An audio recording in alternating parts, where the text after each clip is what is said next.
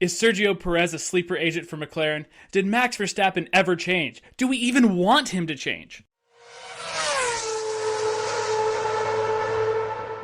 Welcome back to Tinfoil Helmets, your occasional spicy hot take roundup with all the latest F1 rumors, with the almost believable conspiracy theories to back them up. Everything here has been carefully researched for hours to make sure it's totally founded in logic, reason, and truth. Or not, who knows, we're just doing stuff for fun. This is a serious podcast, Andrew. Take it seriously like you mean it. It's so serious. I do take this seriously. So do I. I put a lot of time and energy into writing the notes, editing it appropriately, and creating an entertaining experience for our many, many listeners. So did we get anything right about the Hungarian Grand Prix? No. No, we were so... Merck in the mid-pack? No? Oh, well, I guess they averaged kind of to mid-pack, but Lewis was... They qualified in the mid-pack. Lewis was racy. He was in a very racy mood. Are we going to talk at all about the Mercedes bump and how you were right? What was the Mercedes bump? what was I right about? The little bump on the nose, and it's all their suspension thing, and that was like your whole thing for a while, that it was suspension related. We should talk about that, but let's finish the have I got anything right, and we'll talk about it at the very end, right before a slight detour at the end of what happened between races. Sure. Max was dominant, not even close. Ferrari's monkey paw continues to wreak havoc. Well, it did a little bit in qualifying. Charles'd it. And, yeah. For Monaco without the walls, people sure found the walls in free practice and qualifying. They did. They stretched themselves to find those walls. Yeah, very impressive. And Checo going Bottas bowling? No. But I saw the Formula One post a video of Bottas bowling from a couple years ago, and Valtteri Bottas commented strike. With a bowling emoji. So love it. Quickly becoming my favorite F1 driver, Valtteri Bottas. He's great, and I think he needs to stay in F1, and I think he even has the skills to stay in F1. He just doesn't have the car. Who would you replace him on the Sky broadcast team with? Because I think that's where he ends up. You're saying who would he replace on the Sky broadcast? Oh, that's a great. I would hope Anthony Davidson. I think he would have to be, because I don't think he'd be good at the pit strategy, doing like the Bernie Ted thing. Right. And I don't think he'd be great as a commentator, because I just don't feel like he's that talkative. He's a Finn, so he's not. Exactly. So I think doing the analysis would be good. You know where else he'd be pretty good at, actually? I think he'd be quite good in the post-race interviews. And the post-race, they just stand around in the paddock and waffle for an hour. I think he'd be good at that, because I think he'd wait while everybody else talked. And then he'd ask the one really insightful question. What does this make our batting average, and are we in danger of getting fired from the Major League Baseball? No, we're 317. We're still an all-star.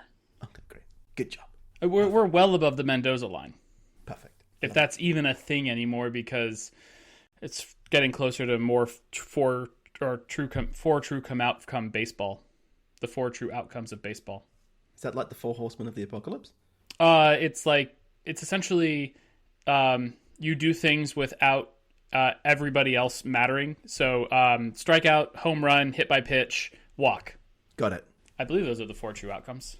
And so that effectively the game is optimizing upon those. Yes, and it's essentially like the other 8 dudes in the field don't do anything, because it's the 4, because small ball doesn't matter anymore. And yeah, okay, sorry, it's 3 true outcomes. So it's home run, strikeout, walk. This feels like the inevitability of any sport that has a significant amount of stats associated with it. You become a stat optimizer. Yeah, but it's amazing it took it that long. Like, it took 100 years for it really to become stat optimized. Yeah, but it wasn't until we invented the database in 1973 that, you could But really even start then, to do this. Even then, it was 30 years after that with the Oakland A's and Moneyball that really started to optimize it. But that's because it takes so long for enterprises to adopt new technology. Hey, did you know that the reason that Southwest didn't have any issues with the whole outage on Friday was that they're still on Windows 3.1? I can't believe that they're actually still on Windows 3.1. Did you know that the reason Southwest doesn't do any overnight flights is because their computer system doesn't understand that dates can change?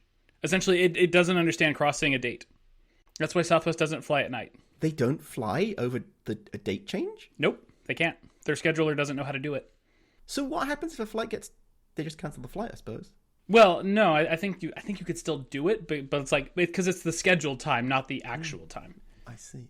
But I have a friend who won't listen to this podcast, and so won't tell me I'm wrong.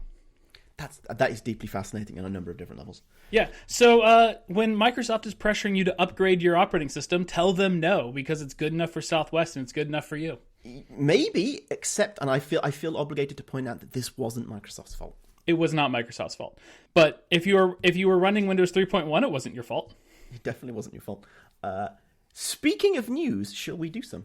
Yeah, Mercedes had issues on Friday with some technical outages, I believe. Apparently, half the grid actually did. Anybody who wasn't if you weren't sponsored by a IT security company, apparently you also had the problem because everybody bought CrowdStrike. Sponsor of this episode. Wait, no, hang on a minute. It was pretty bad when I watched that, and I'm like, that's not good for the race this weekend. Anyway, let's talk about what happened between the races, because some things happened. Yes, Liam Lawson, the great super sub of 2023, replacing the amazing Daniel Ricciardo with a broken hand last year. He tested in Silverstone in the Red Bull, last year's Red Bull, I think it was, doing a tyre test or something test, and he was within a few tenths of Max. And for the astute listener, you may have heard this before with different names. Yeah, apparently he was fine. So, does this mean who's going to be in after Zandvoort when Liam breaks his wrist in a bad car crash? Oh, Yuki, because Liam will get the Red Bull seat, and then Yuki will get stepped up to go take it. All right, I don't think that's what's going to happen, but let's talk about it later, because something's going to happen. Yeah. So apparently Yuki's not pleased about the follow-on rumors from this, where they were like, well, Liam's going to get the Red Bull seat, and Yuki's like, I'm better than that. His direct quote is, if they choose Liam, that would be weird. I mean, for sure, Liam did a really good job when he drove with the team, but I think I did more than that. And I find this very funny. Because I feel like Yuki's going to get looked over for no good particular reason. See, the real reason is because that Yuki's doing the Kimi thing of this is really a hobby for me, because you go back to like the Drive to Survive and everybody's like, what's your goal? And you're like, win the Drivers' Championship because I'm Esteban Ocon in an Alpine and I'm going to do it. And Yuki's like, I want to open a restaurant. Like, and that's why he's a great, he's a great driver, but he wants to open a restaurant. He doesn't want to win a Formula One championship, and Red Bull, that's got no place in the Red Bull team. Yeah. Plus, you got to remember Yuki's a pay driver by Honda, so fair enough. I'm looking to see how he did against Liam last year. I think he did pretty well. I think he did. I think he was equal. While you're looking that up, I will also point out that apparently this is all because Checo had a clause added into his contract, which is what allowed them to re-sign, which was he had to be within 100 points of Max by the midpoint of the season. This was new, and apparently they got it so that it would be the 2-year contract, and it would be applicable from the immediate halfway point, not wait until next season. So, and the thing that we didn't make a prediction about, I was actually right. Which was? The reason that Checo signed for 2 years was they did actually put language in his contract that said we can remove you. Yes. And looking it up, Liam had the better of Yuki in 4 out of 5 races.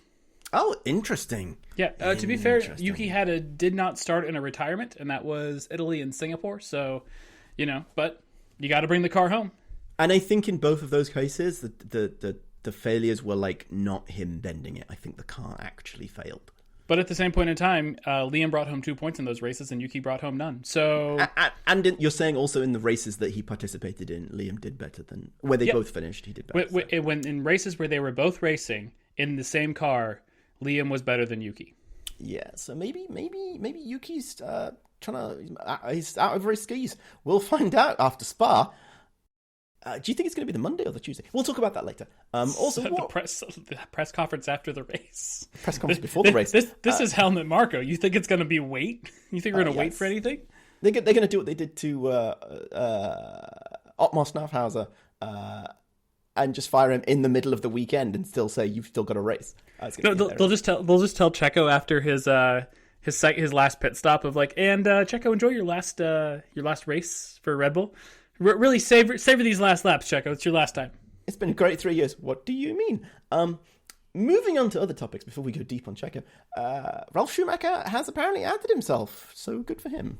Yeah. The only small caveat here is apparently he's been critical of some things in the past, like Lewis's pride flag helmet at Saudi Arabia, which now doesn't look the best for Ralf, but we all learn and grow, and sometimes people are covering up for some things. Exactly. So we'll see how that goes. But it is interesting to retroactively watch old sports and see his reaction and his behavior. Good for Ralph though. Overall, Yes, I think no. yeah. And he does put messages from his son David were like really super supportive, and it seemed pretty good. So I'm happy that that's happened, and maybe he can be more relaxed. It would explain why he ran very quickly from Saudi Arabia when it started getting bombed. So Fair. anyway, apparently McLaren got on the phone with Red Bull about an engine partnership. I think there's only one conclusion here, that this is the reverse Renault. This is because McLaren will get the engine and then spend the entire season screaming at Red Bull for it being terrible. Fair enough. I also wonder how much of this is Mercedes being outclassed by a non-works team with their engine. Indeed, and whether you're saying that Mercedes is like being like, "Oi, maybe we're going to give you a crappy engine because you're doing too good." Well, most of the turbo hybrid era, it's been if you want to win, you need a works car, so you need the engine and the car built together. And this is the first time we've really seen a customer car be battling for wins above a works car. So, yeah, I wouldn't be too surprised if that relationship's gone a little bit sour, mostly from the Mercedes side. Yeah, I wonder if McLaren also leaked it just so that they could try put pressure back on Mercedes again. I mean, McLaren has signed up till 2028, I think, or something like that. So it'd be interesting to see how they break that. Speaking of works teams, Toyota want to get into a partnership with Haas. I really don't understand this obsession with car companies trying to get into F1. I mean, if you're going to go build a team and going to do it properly, I get it. But why stick a label on the side of the car? I don't think it helps you sell any more cars. Well, win on Sunday, sell on Monday. Yeah, I suppose. It just seems weird.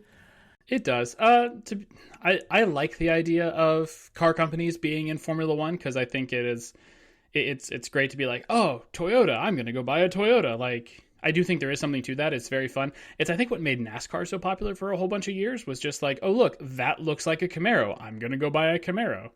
I agree, but I feel like it has to be more than just a sticker on the side of the car. So, and that's how would Haas blend the Ferrari love that they just re-signed for their engines for with a Toyota love? I feel that's a bit complicated.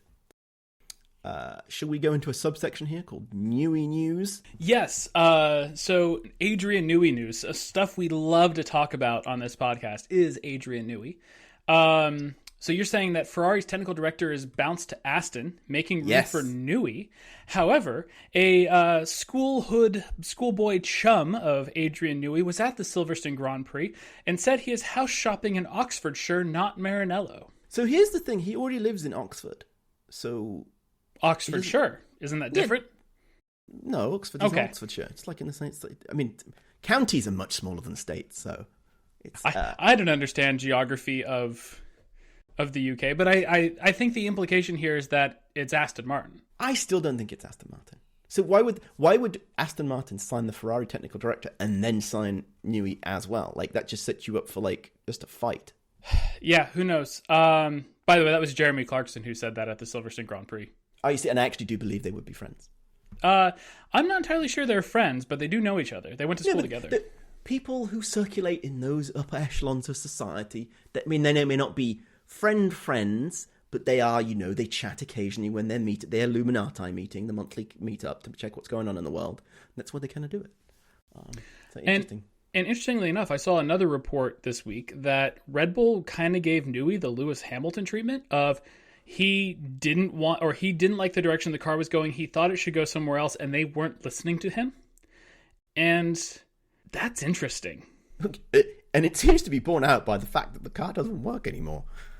Yeah, and but also I wonder, we joked a lot about like the Ferrari monkey paw, but I'm also thinking of like, why are people not listening to Adrian Newey at this point? Like, he's written a whole book about how like people didn't listen to him at Williams, like, and McLaren, and it's like, and now Red Bull too. Like, I can't think it's Newey. Like, he doesn't seem like a guy who's hard to work with. Everybody who's like actually interacted with him seems to have nothing but positive things to say about working with him.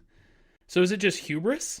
So I listened to the F1 grid, whatever it is, off the grid, top the grid, beyond the grid. Listen to it this week, and they had a gentleman called Paul Moynihan, who is the chief engineering something at Red Bull, and so basically he's part of the holy trinity at the top of the engineering department.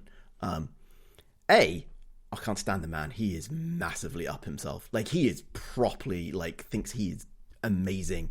And it's just, you should listen to it just for an exercise in, like, when you communicate, people could communicate better. But I wouldn't be surprised if, as we talk about the Newey, the Horner-Horney situation, that it split the company, and in Horner creating his power base, split it, and, you know, he puts his hand on the other people's shoulders, like, you know, you've been in Newey's shadow for a long time. I know you can do this. Just stick with me and we'll be great at it. And you're like, yes, I will get this. And then you're forgetting the fact that, for better or for worse, Adrian Newey appears to be some sort of god vis-a-vis aerodynamics and car design, and therefore you've just gone, I'm not going to listen to Adrian. Adrian's not on my team. He's against Christian, and Christian's amazing, and I love Christian. And then here we are. It would not surprise me in that situation. Just like happened at Mercedes when the board decided they didn't want to help Hamilton. Sure, it's just it's weird. It's like, if anybody doesn't need like a resume or a resume padding of any sense, it's Adrian Newey. Like, we know what he can do. We know the kind of cars we make. We know how good of cars he made. Like, we know how shitty that Renault engine was in the old Formula, and that Red Bull car was still near the front. Like, and it's weird to me. It's like, okay, you know, Frank Williams was Frank Williams, so I kind of get it. You know, Ron Dennis is Ron Dennis. Christian Horner is Christian Horner. But it's just also this case of, like, you end up in a situation where it happens once, fine. It happens twice, well, that's weird. It happens 3 times? But so, in the context of this, you're like, yeah, that's kind of weird. But if you actually think about high-performing organizations, successful organizations, this is a thing that is not uncommon to happen, right? Like, it's not the Peter Principle, but, like, it's adjacent to the Peter Principle, where it's like, we are truly great as an organization, and we are greater than the sum of our parts. We don't need Adrian because we can do this, because I believe that actually I'm really good, and therefore you move on with it. It's not that you want to place on the shoulders of Adrian, but, like, the organization has deluded itself into believing that it is fully capable, and actually maybe it isn't. Well, I didn't think I was going to mention Dan Bigham on our podcast today. Yeah, you just end up in a lot of cases in high-performance sport where you just end up with this kind of momentum flywheel effect. And, like, listeners may know, I've referenced it sometimes, I'm really into track racing, and there was one track wheel that was ridden for a bunch of years at the high level of the sport. And even though it might not actually be the fastest wheel, it was, oh, hey, well, everybody else is riding that wheel. I don't want to be the odd man out not running that wheel. And then, oh, that's why I couldn't perform, is because I had, you know, they were all running the same wheel and I wasn't. So it's interesting how you see that. And I mentioned a guy named Dan Bigham, who was actually an intern for Mercedes Formula One team at one point in time to bring it all back. But he's a guy who's an aerodynamicist and now a race engineer for the Ineos Grenadiers bike racing team. But yeah, his whole thing was like, you know, everybody's looking at things wrong. We can look at things different and, you know, break the cycle. And yeah, had a lot of success doing that. And, you know, Adrian seems to be one of those guys who, you know, he's not just going to keep going with how things have gone, and, you know, is always willing to try something new. And yeah, it's just this is just all weird to me, that, like, it is very weird.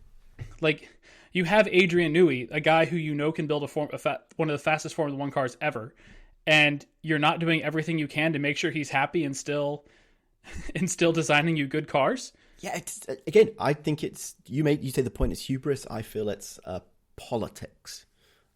So it's going to be so interesting when the new team that gets Adrian Newey's help, whether he's full-time, part-time, whispering in people's ears, and see what impact it has on that team. Because in some respects, this is the ultimate litmus test for Adrian Newey. Can he go to another team and very rapidly reproduce it? I mean, he's done it multiple times. Yes, he can. I know, but at some point you run out of steam. Speaking of engineering and technical prowess, I am clearly the most amazing spotter of slight changes in the Mercedes car, because they added a bump on the front of the car, and I noticed this a few weeks ago and just thought nothing of it. But it turns out they completely revamped their suspension, and one of the reasons they'd been waiting to do it is they couldn't get the suspension to fit in the aerodynamic profile of the car, and they couldn't find a way to fix it, and so they gave up, and they just put a giant bump on the front of the car, which is not great aerodynamically speaking, but it seems to have fixed the car because it's actually competitive and nobody's whining about it. And if you look very closely, right where the number of the driver is on the Mercedes F1 car, there's a tiny little bump. And I thought it was like a radio thing or maybe a camera thing. But no, it's where the new suspension pointy army thingy wants it to go. So it's really interesting. Really interesting. And I spotted that before anybody else did, but I should have said something, but nobody listens to me. But you'd also said we can roll back to the podcast to last year when you were talking about like Merc has suspension woes, and that's probably messing with their CFD data corroboration issues. Correlation. Yes, correlation. Yes. We should. I actually like calling it corroboration, but that's much better than correlation. I feel like it implies a more collective and handshaking way of making it work. Like they're corroborating with each other to make sure that the data does the right thing. So I feel vindicated in my long-standing prediction since 2022 that the suspension's screwed, and I think they finally concluded it was. It's brilliant because obviously I am an amazing aerodynamic engineer. And then, Lewis was asked at the end of Silverstone of, hey, if you knew that Mercedes had this sort of performance, would you still have signed the Ferrari contract? And he said, yes, I would. And it turns out that's a 3-year contract with Ferrari. 3-year contract. A beautiful 3-year contract because they love him and they will love him no matter how well or how poorly he performs because he's Lewis and you should love Lewis. So, continuing on the thread of Lewis, Charles's dog Leo and Lewis Hamilton's dog Roscoe met in Silverstone, and it was adorable because the little yappy new young puppy Leo was running around chasing Roscoe, and Roscoe was like, I don't have time for this. He wasn't angry about it, but he's like, I'm too old for this. He's also an English bulldog, correct? Yes, so he's not exactly the fastest thing in the world. It's also I can't breathe for this. True. That is absolutely true. But also not wanting to be outdone by his BFF Charles, Pierre Gasly got a dog, some sort of tiny poodle thing. And I just feel like dogs in the paddock is just the weirdest trend to have. I'm like, does everybody look like their dog? Because it kind of does look like that. Because Lewis gives British Bulldog vibes, and Leo gives kind of Charles Leclerc vibes. It's like a golden retriever, isn't it? Or a yellow lab or something? It's like a teacup, half King Charles Spaniel / Labrador thing. That's the wrong dog for Charles. But it's a beautiful dog. It's got its beautiful hair and it's beautifully looked after, and it's got tiny little legs. No, he's a golden retriever. Is he a golden? He's a very short golden retriever, and he's got funny long ears. They are listing him as a golden retriever. That's a funny looking golden retriever. I mean, he's still kind of young. Yeah, it's because he's got short legs that I thought it was different, but maybe he is a golden retriever. I'll give him that. He does look a little dachshund-y. I'll give you that, though. Yeah, dachshund. That's exactly the word I'm looking for. Okay. Anyway, back to it. Pierre Gasly got a silly looking dog. We'll see how it goes. However, the picture of Leo with a Formula One VIP access pass in his mouth is absolutely adorable. Yes, it's very adorable. I'm waiting for Fernando Alonso to get a Rottweiler, Doberman, Pitbull, American Staffordshire Terrier. Or as they're called in the United Kingdom, Bully XL. Moving on to our occasional segment about other sports that are related to this one. Would you like to attempt to announce the winner of the 2024 Tour de France's name? Tadej Pogacar. Hey, very good. Apparently, he's a George Russell fan because he did the T-pose when he ran over many of the stages, I think, that he did this year as on his way to being pretty reasonable at the Tour de France. Yeah, he won 6 stages at this year's tour, which in Tour de France terms is about as crazy as Max winning all the races Max won last year. Because, there are sprint stages and things like that Tadej's not going to win. Also, interestingly enough, this is the first time since 1998 that somebody has won the Giro Tour double. Oh, interesting. So he's firing on all cylinders. He won the Tour of Italy and then somehow was recovered enough to win the Tour de France, but also, how deep do you want to get into this? Jonas I thought it was Vingegaard. It's Vindigo, because I don't speak Danish, but Jonas had a bad crash in April and was still kind of coming back from it. And Evenepoel, I think, is also just a little young. So, one might say this Tour de France was a little more open than it was in the past. Not everybody was on full strength. But yeah, no, it was great. Great win by Tadej, and a certain former, well, I guess I would say former Tour de France winner, but technically he's never won a Tour de France, really just needs to shut up and go away. Oh, I see. Interesting. Yeah. Which one's that one? That would be an American who competed in a lot of Tour de France's, but has officially never won any of them. Well, there you go. I will say the last comment on this. It has a great shot, a great little video I saw doing the rounds on the internet where Tajay was behind Jonas, and Jonas was like trying to get it, go up the hill, and then Tajay was just like, oh, I'm gonna get drinks, stretch my arms, and I'm just gonna cycle past you while I'm just sorting my hair out and kind of going on with it. And I thought that was hilarious because that was quite amazing. Yeah. So. And if you enjoyed Formula One and Drive to Survive, I recommend Unchained on Netflix. That's equally kind of as fun. And we are only 2 weeks away from track cycling at the Olympics, and I am so excited. +1 on Tour de France Unchained. Shall we see if anybody still has a job? Yeah. Kevin Magnussen doesn't. Well, at least not with Haas. Some other team might request his services. True. At this point, Skate F1 have the best opportunity to make a hilarious thing and just sign him there. It might even be worth it for 1 year. So, Kimi Antonelli was a bit of, yesterday when I was seeing him, he was out leading in the sprint race, having started relatively near the front, but then burnt his tires out, locked them up, nearly hit a wall, and ended up basically in last place. And it's like, no wonder you don't have a job. But then today he started from 7th and managed to win the race by 12 seconds. From what I briefly read, though, any other meaningful competitor was also out. So I'm not sure this really reneges on the fact that does he still have a job? Because at this point, I still don't think he's ready for F1. I'm not sure he needs to be in this segment because does Kimi still have a job implies he does have a job and no contract has been signed yet? I think everybody assumes he's going to get it, and therefore he has an F1 job that it's everything for him to lose. Like, if he performs well, it's his job. So fair enough. And then one Sergio Perez. Checo, bang! If Red Bull do not win the Drivers' and Constructors' Championship this year, which honestly I don't think they are at this point in time. I'm still not sure about drivers. We'll talk about it, but yeah, it's gonna be on the shoulders of Checo. Here's the thing: how much money is Checo going to have lost them? Both because he breaks the car, and 2 because he doesn't have the points. And so each point is like worth $1 million or something ridiculous like that. Well, so I saw in like some Deconstructor Championship standings, they had Checo pegged at about $2.5 million of damage right now. But that might not even be up to date. But also keep in mind, we're using like stock part like prices for this, and who knows what the actual price parts are.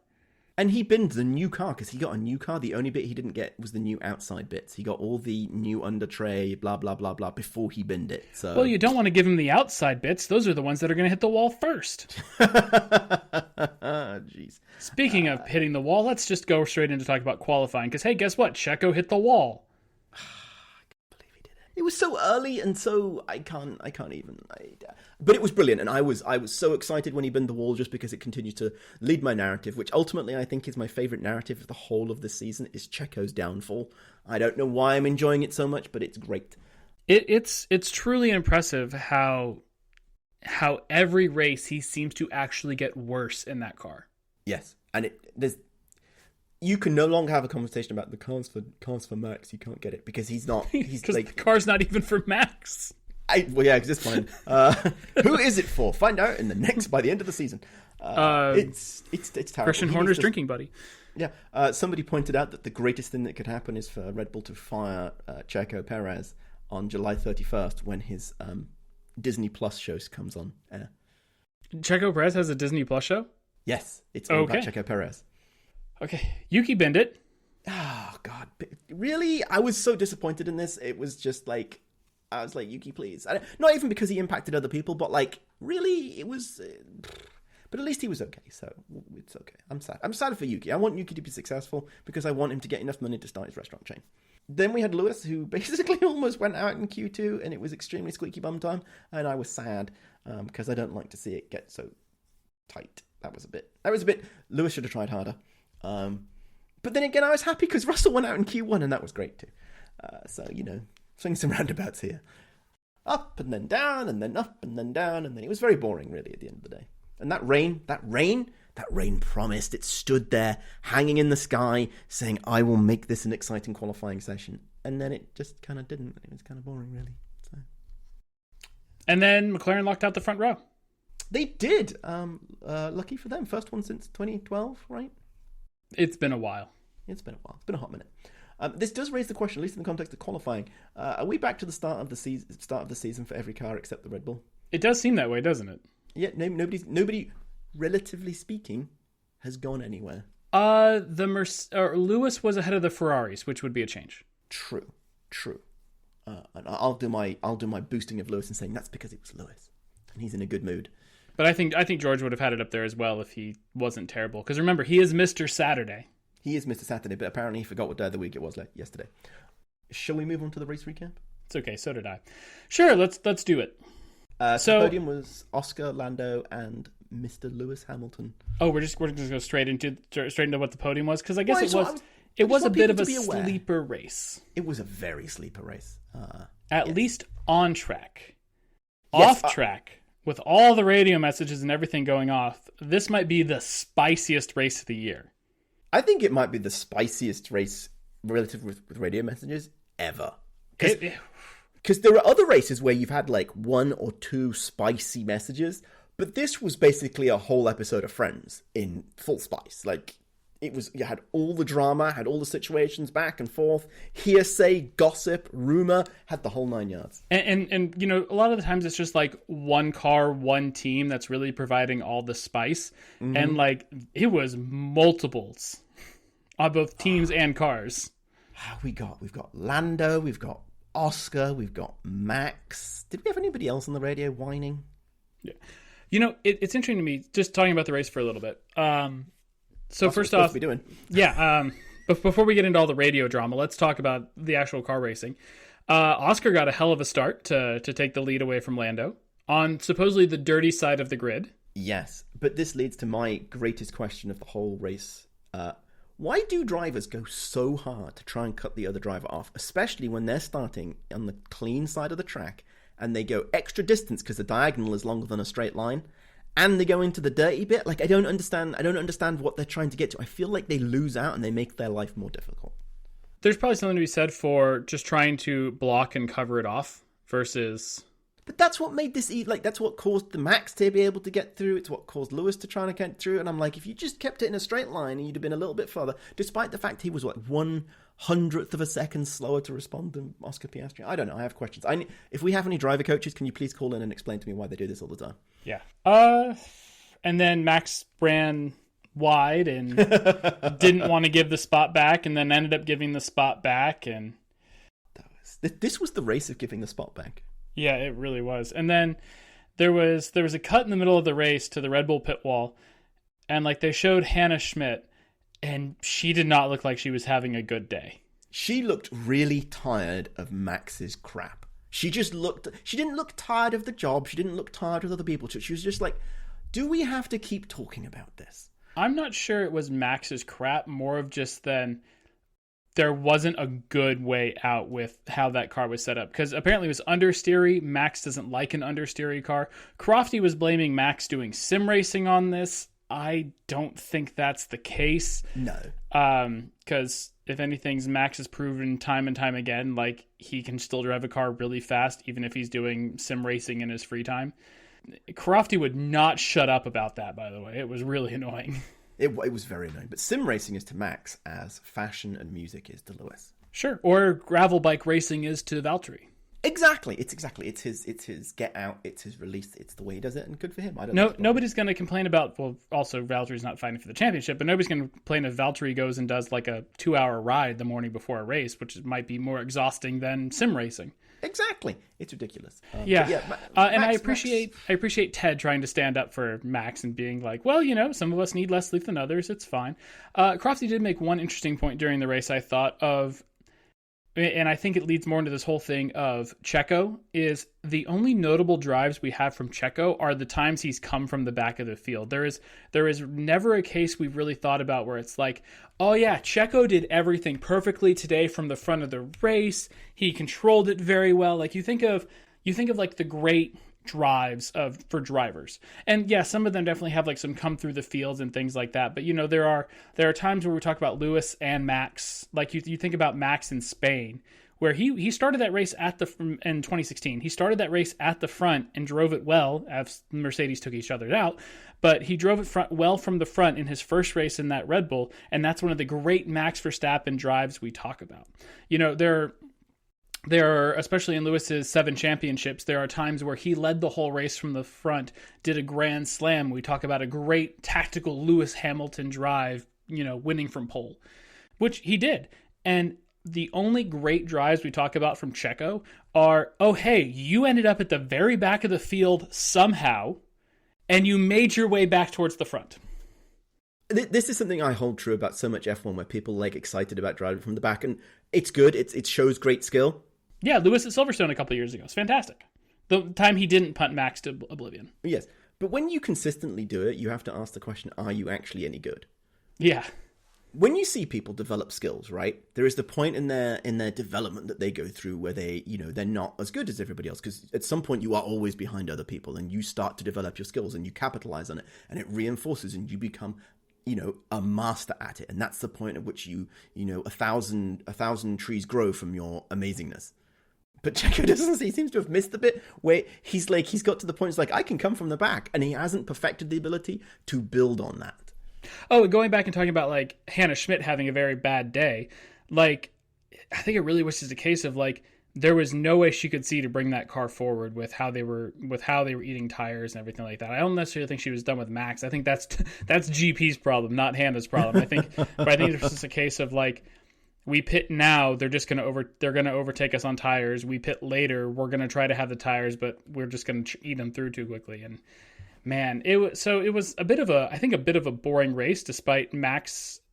I guess we can go back to the question we asked at the top of, did Max ever change? Because this is the most, I would say, 2017, 2018 Max we've seen in a while.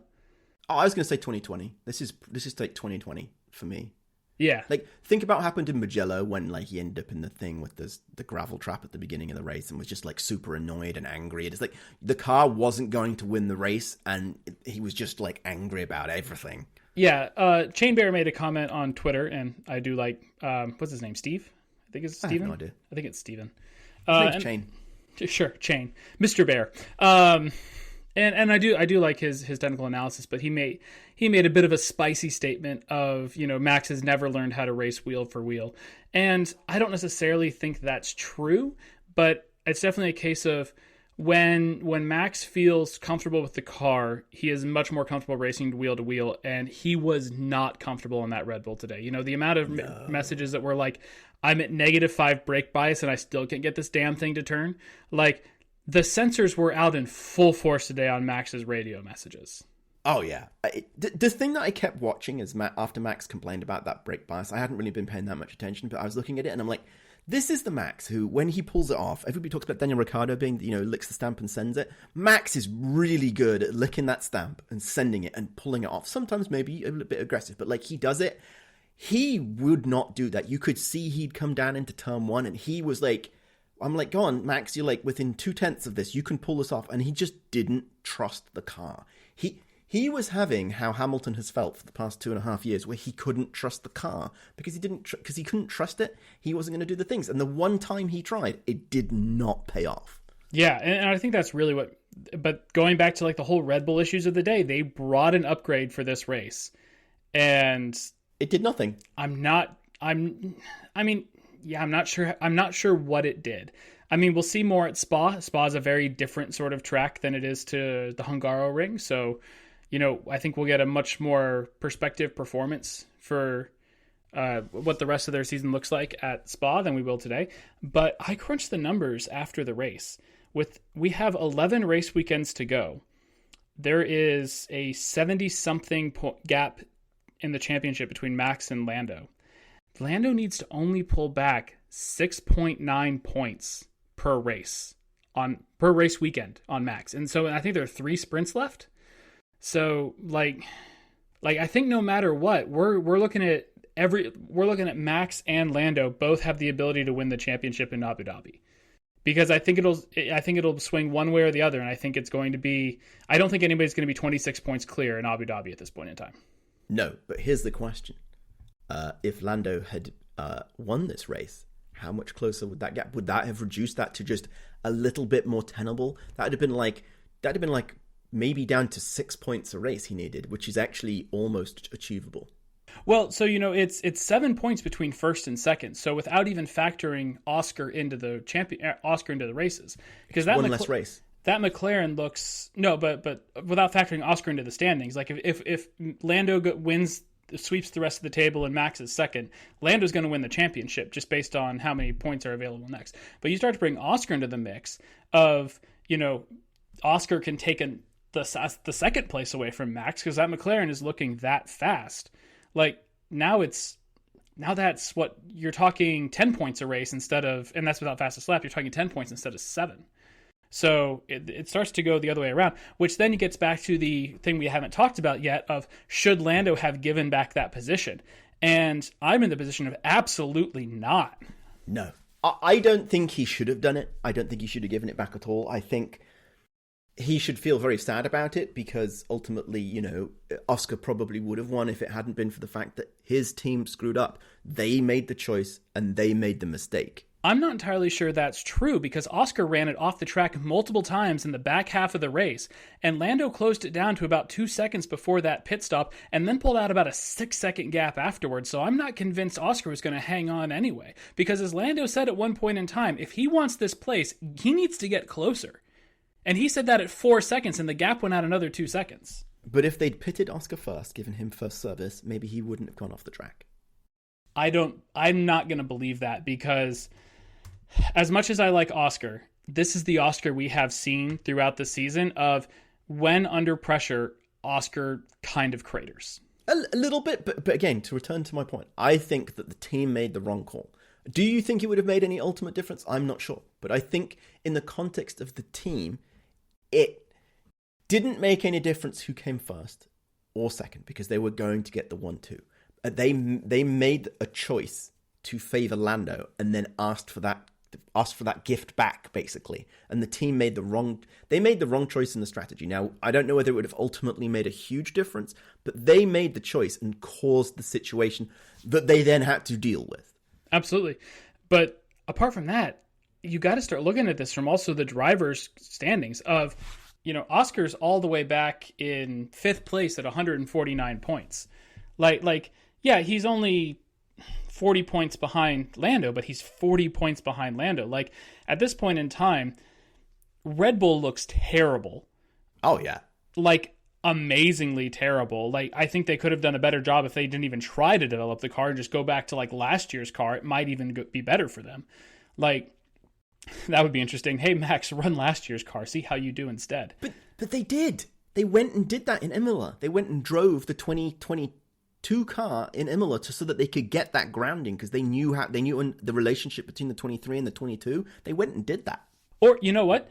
Perez is so terrible and off the pace. Chuck him in the 2023 car for Spa next week and just say, screw exactly, it. You're already out of the team anyway. Give us data on it. Exactly. But at this point, we talked last week or the week before about, or last podcast or the one before, about McLaren not used to being in a championship winning position and still scrapping like they are fighting for race wins and podiums.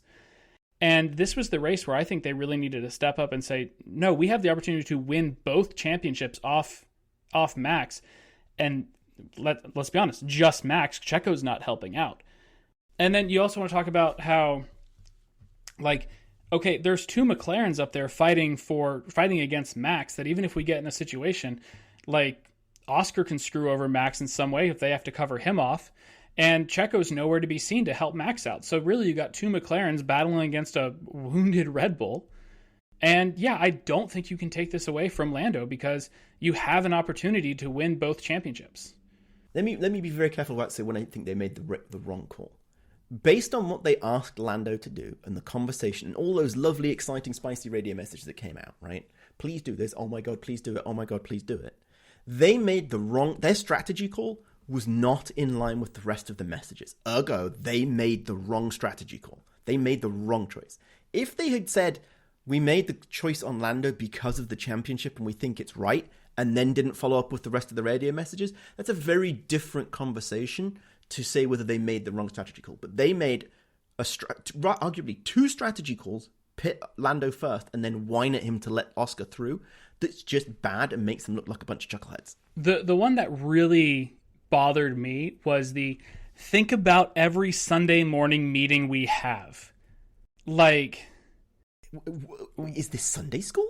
Also, what meeting? I understand, okay, we're trying to win this all as a team, good vibes, etc. But this is the thing with Formula One. At some point, you're going to have to beat your teammate. And at some point, the team is going to have to look and be like, when was the last time McLaren won the the Constructors' Championship?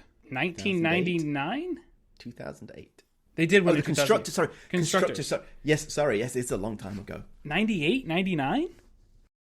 Yeah, maybe 2000. Yeah, but... No, you're right. I think it's 99. Yeah, it's a quarter century ago. And you had this opportunity, and then the last time they won the drivers was with Lewis. So you end up in 2008, and then the years that followed made Lewis was looking like a one-and-done championship because of the car.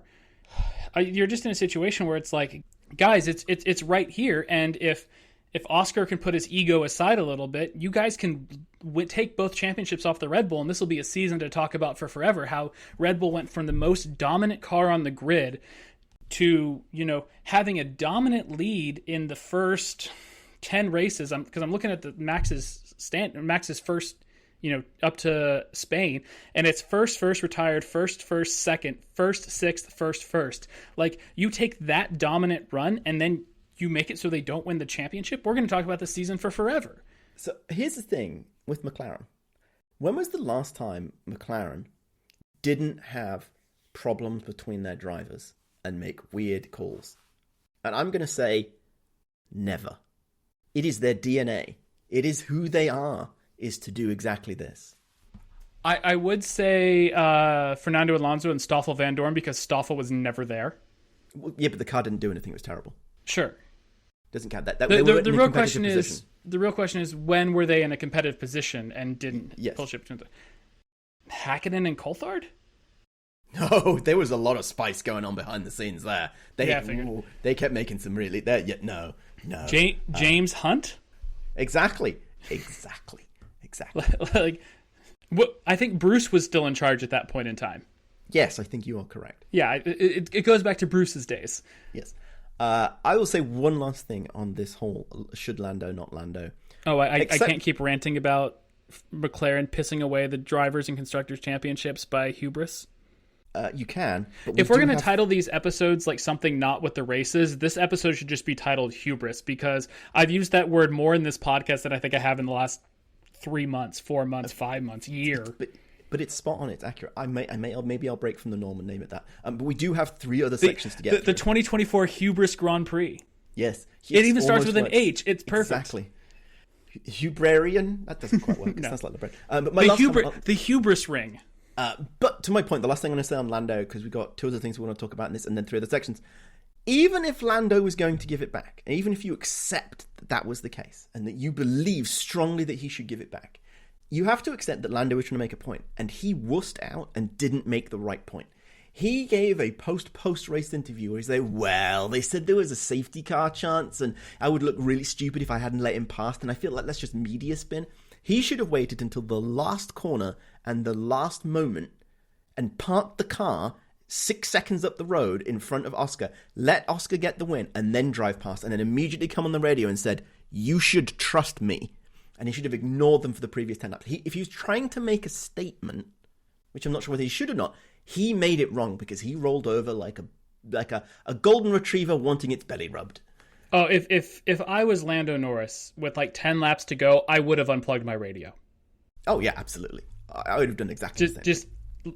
I whatever might come out, safety car, be damned. Yep. I'm pulling my radio and I'm not listening to you anymore. Yep. 100%. Anyway, we should move on. Yes. So last 2 items. Max was in a really bad mood. He had a bad race, and I know we talked a little about it, but I'm concerned about his relationship with GP.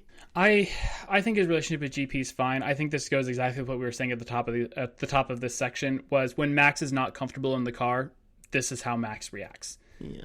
Because at the end of the day, Max doesn't want to be left at a gas station, and Max is a winner, and he's a fighter, and if he's not comfortable with the setup, he's going to let you know about it. I think this breeds more into the fact of, I think there is something rotten in the state of Red Bull. Yeah, and I would not have thought this was true 5 races ago, but I think there's a very strong chance Max is not in that car in 2026. Oh, I can agree with that. But so this is the thing that I try to teach people at work, and I try to teach people in general. Everybody has an expectation of the MTV generation. I'm not saying that you do, but I think collectively a lot of people think, oh, there's this thing, it must be that, oh, it's fine. But the seeds of discontent and the seeds of disaster are sown in the past, and it takes some time for them to reap the disaster that they can cause. And I feel like this, and to your point, this is where it starts. That's why Toto keeps saying, I'm not giving up on Max yet. Because Toto knows that if he keeps banging on that door, he might get an answer one day. I mean, the joke for years was that, Ferrari wanted Lewis and Lewis didn't, or, Ferrari and Lewis never really chatted with each other. And, every time Lewis had a contract rumor come up, it was always with Ferrari. And it's like, oh, they've never talked things like that. And then we're talking about Lewis and a Ferrari next year. Like, if Mercedes, I think Mercedes, if anybody, have finally proven we got the kinks worked out. We knew what we're doing again. Like, I think, because we talked for most of this podcast's life about, and to use the term again, Mercedes hubris, and like thinking we're winners and we're always going to be winners. And I think they've finally ended up at the point saying, no, we got work to do on the car. Screw aerodynamics. We need to fix the suspension. Because you got to tell me, like, looking at next year, when they can redesign that front end to fit that suspension, that car is going to be up there. I will refer listeners on the subject of Mercedes to the podcast from the Beyond the Grid with James Allison, because it talks a lot about the culture in the team and their approach to solving this problem and how they realized they went down 2 years of blind alleys and they had to be a culprit. It was great. But yes, hubris. Hubris is the word of the episode. This episode of Tinfoil Helmets brought to you by the word hubris. Last but not least on the race, per your point earlier, Perez did not screw up. He did an okay recovery drive, but I was very disappointed that he couldn't get past Logan Sargent without a pit stop, which I thought was great. Yeah, there are some races where we would have been like, oh, Perez finishes 2 places behind Max. Great job, Perez. But it's 5th and 7th at this point, and that doesn't look as good anymore. It's how the relative story doesn't tell the full story. Right. So, shall we enter our recently added new section that is not occasional, of the driver of the day and the driver who couldn't wait for the day to be over? Yes, I like this segment. Okay. I will go first. I think the driver of the day was Charles, because he kind of got it up there from sticking it in P16. It wasn't the driver of the weekend, but the driver of the day. I think Charles did a pretty good job, actually, and managed not to whine, and we didn't hear his radio messages. They seemed to be pretty good.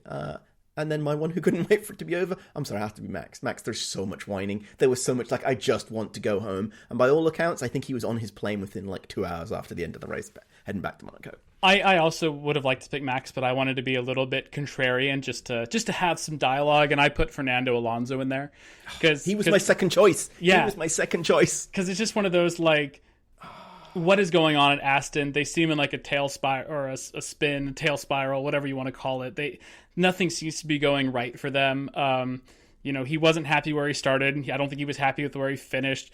You sent me the video of him raging about him getting weighed after the race. I'm going to pull up at this point what I had in Spicy Takes and Rumors. But I'm wondering whether Fernando Alonso is going to execute an exit clause before the end of this season. If the car was doing well and getting up to 5th and 6th without crazy effort, I think no. But there's a little part of me that's I think he might have decided that it's past that point in his life.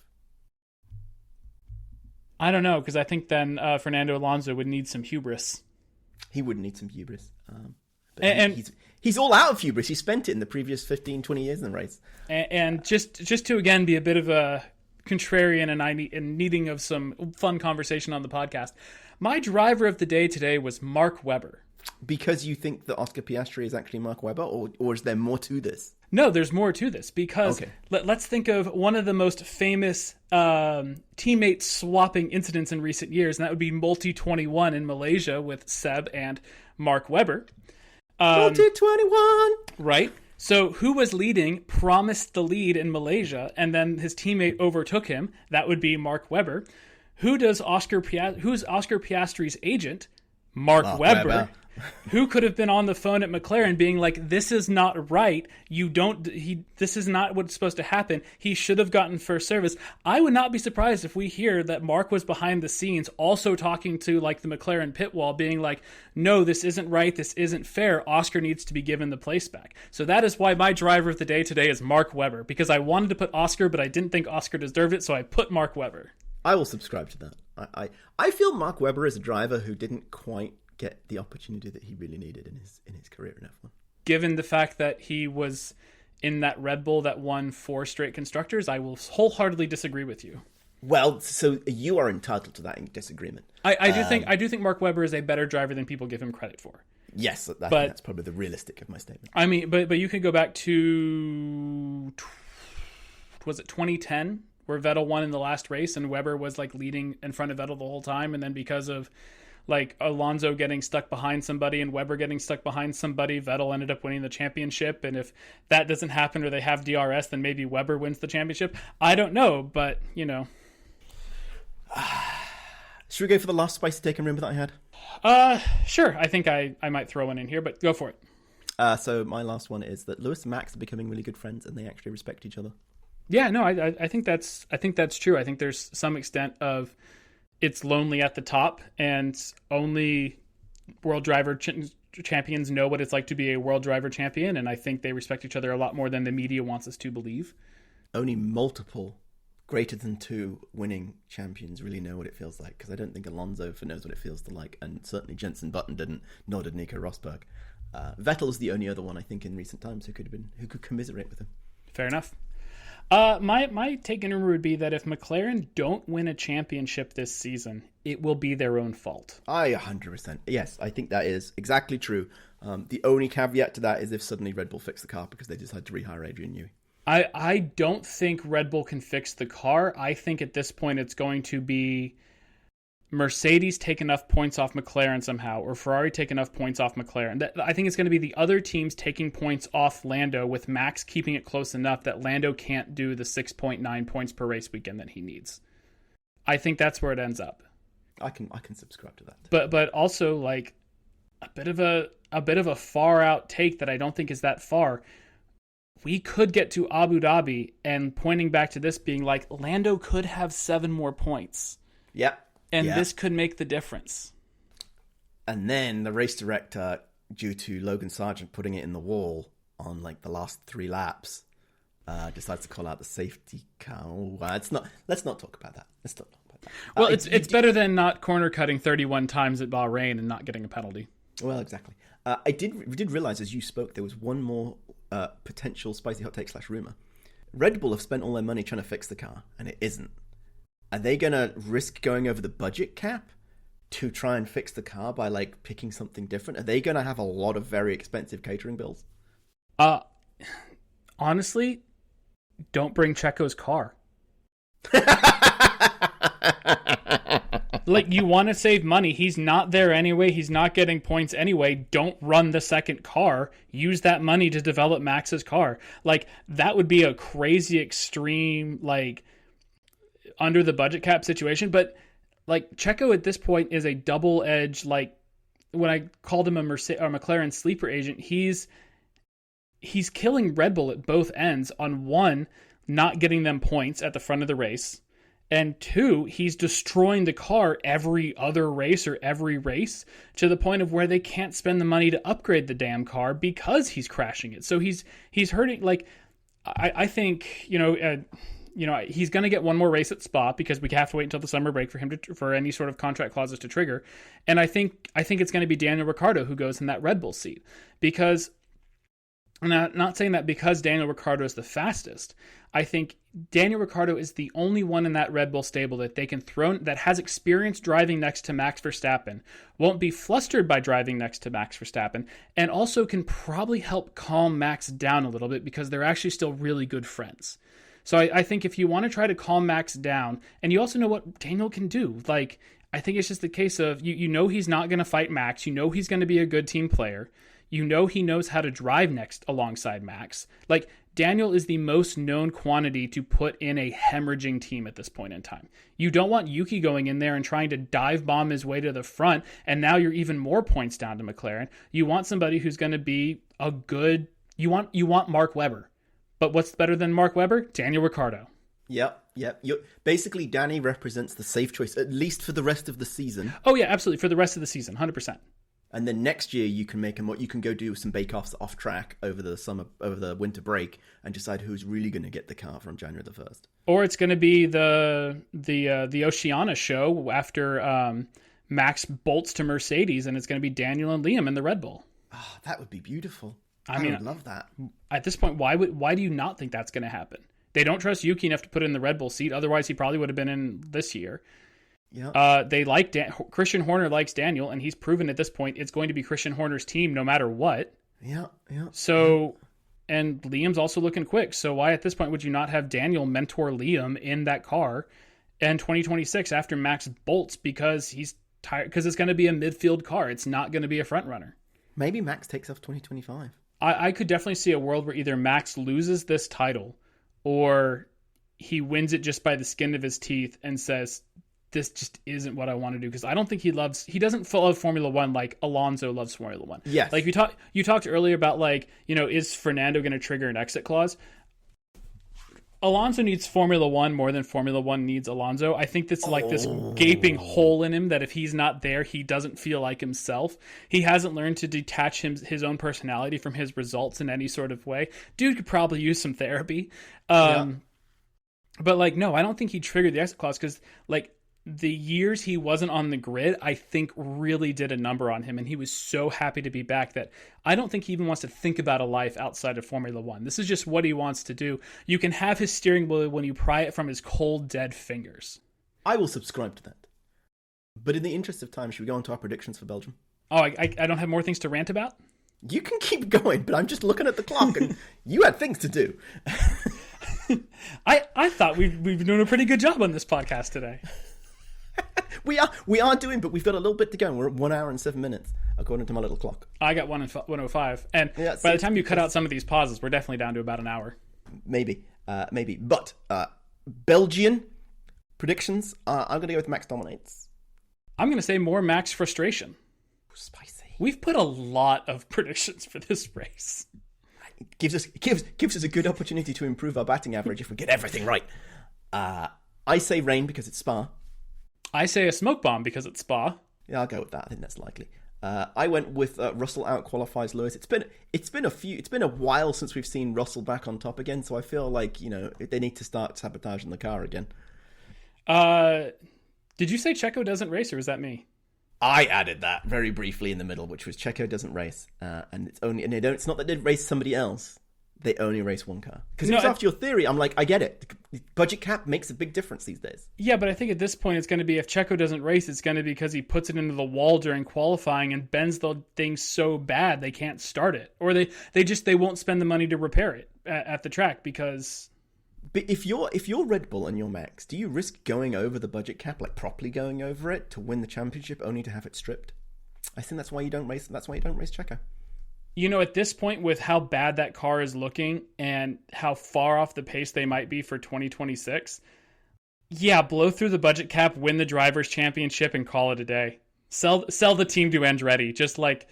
That would be hilarious. No, you can't do that because it's got forwarders involved and you couldn't unravel that. And you've got one last one here?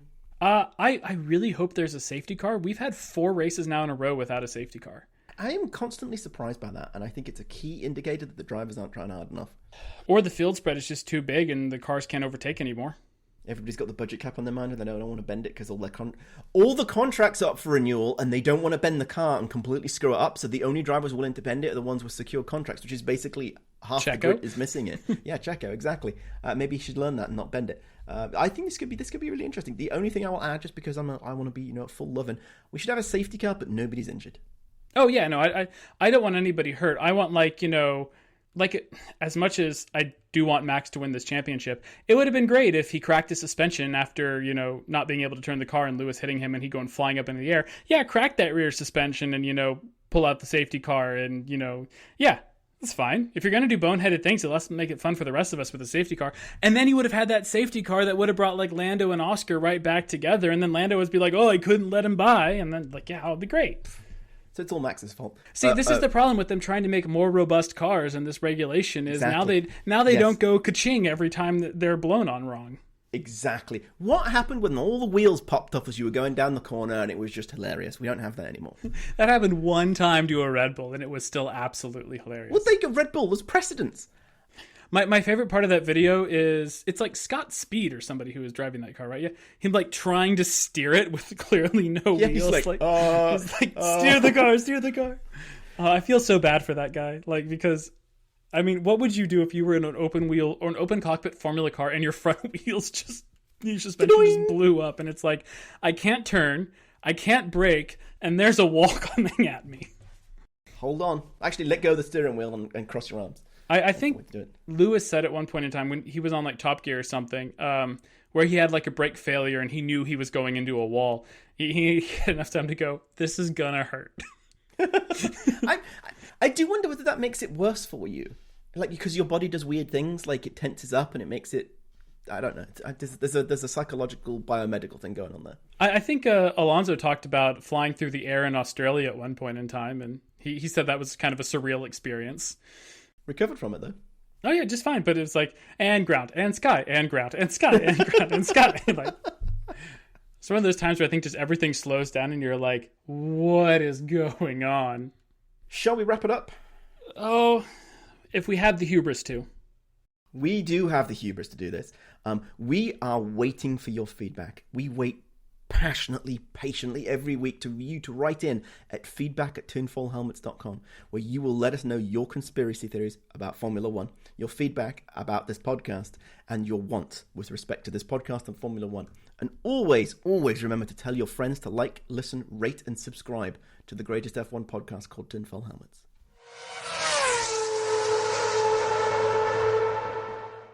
And just on another note that I know our listeners are intently following, Dominic, do you consider like the early Disney movies of the early 90s to be musicals? Like, The Lion King, yes, The Little Mermaid. Do you enjoy any of those musicals? This is going to sound really bad. I've not actually watched any of them. Really? Fascinating. The only Lion King I have seen is the new CG one that they did. Oh, don't watch that one. I don't recall ever sitting through and watching any of the, the famed classic Disney. Yeah. The Lion Kings, Beauty and the Beast, The Little Mermaid, Sleeping Beauty, etc. Pocahontas. I'm especially talking about the 90s ones. I think Sleeping Beauty is much older than that. No. You also have to remember that in the 90s, I might have been a little bit old for them. Well, Lion King was that was like 92. Yeah, and I'd have been 12. I'm not sure Lion King is really 12. Still about right. Okay, well. I did not see any of them at the cinema, and I don't ever recall watching them at home. I'll give you you were too old for Tarzan, because that was like 2002. That was when I was 12. Yeah. I did go to the cinema to go watch Tigger's Big Day Out, or Tigger the movie. I knocked off work when I was an intern, and I went to go see that because that was pretty good because I love Tigger. However, Tarzan, not the best movie, but Phil Collins does the soundtrack, one of the better soundtracks, because man, that one goes hard. Does he try and evoke, dunk dunk dunk dunk dunk dunk?